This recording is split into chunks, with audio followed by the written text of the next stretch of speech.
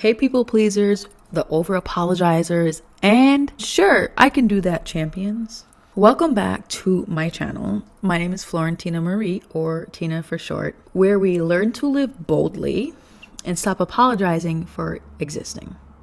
Today, we're going to be tackling one of the sneakiest confidence killers, people pleasing. You've probably heard everyone say saying no is a superpower, but nobody really teaches us how to do it properly or how to deal with the guilt that comes right after. By the end of this video, you will have the tools that you need to stop all that madness, build boundaries, and to say no with confidence. Let's get started. Number 1, signs that you're a people pleaser. You might be a people pleaser if you agree to do things even though your calendar looks like the Tetris game of hell. 2, you feel like saying no is mean or selfish.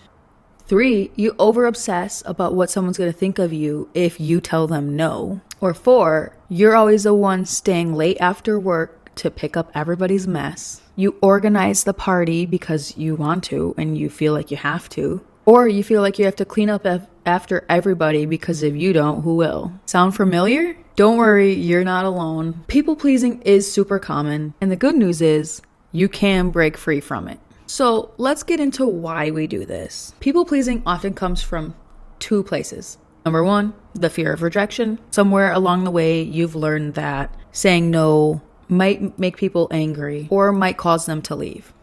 This fear can come from childhood experiences, relationships, or even work or even culture.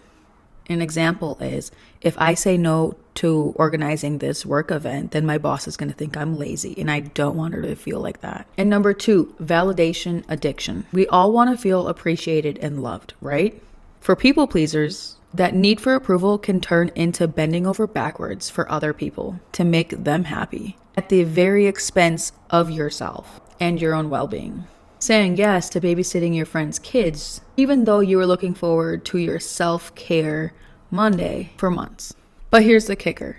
People-pleasing does not actually make people love you more. It just makes you more tired and resentful and burnt out. So let's fix that. The pause trick. Let that be your new superpower. Step 1. Stop saying yes immediately. When someone asks you for your time, energy, or help, pause. Say, let me think about that, and I'll get back to you.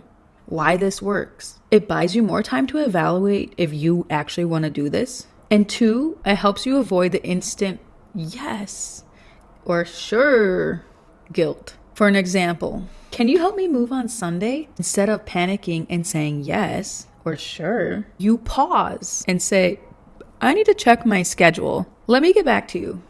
This simple trick changes the game because it's now putting you in control of your situation. Part 4, you want to set boundaries like a boss. We are boss-ass women, and maybe men if you're on this channel too. But boss-ass women, it's your time on one side and other people's time on the other. Set those boundaries. Think of boundaries as a fence around your own energy. It doesn't mean that you're shutting people out. It just means that you're protecting your peace. So here's how you set boundaries in different aspects of your life. 1, at work. Instead of saying yes to every single project, say something like, I'm at my full capacity right now. Maybe next week will be a better time for me. With friends and family.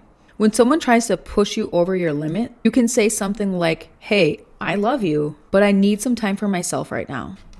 And 3, with yourself. Sometimes the hardest boundaries to set are with you. If you promised yourself rest, don't talk about overcommitting just to get away from the guilt. Now, how to deal with guilt.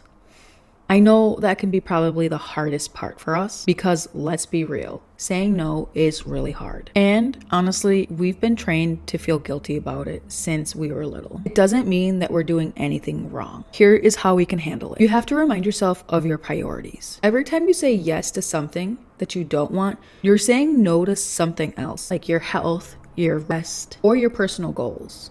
Use affirmations. Repeat to yourself, saying no is okay, or saying no is an act of self-respect. It might sound cheesy, but honestly, it does work. You want to visualize the bigger picture here. Picture your life with more energy, more time for all the things that truly matter to you. That is honestly the reward of saying no. Step 6, practice makes progress. Keep a journal of all the times that you've said no and how it feels afterward. Over time, you'll start to realize and notice that the world did not end, people still like you, and you feel so much better. Progress, not perfection. All right, to wrap up this video, I just want to say, saying no is not selfish. It's self-care. Remember, at the end of the day, people who love and respect you will understand and appreciate your boundaries. So go out there, practice saying no, and watch your life transform. If this resonated with you, hit the like button, subscribe, and share this video with someone who needs a little boundary setting inspiration. And let me know in the comments, what's the hardest thing you've had to say no to lately? I hope this helps you guys. Can't wait to see you guys in the next video. Bye.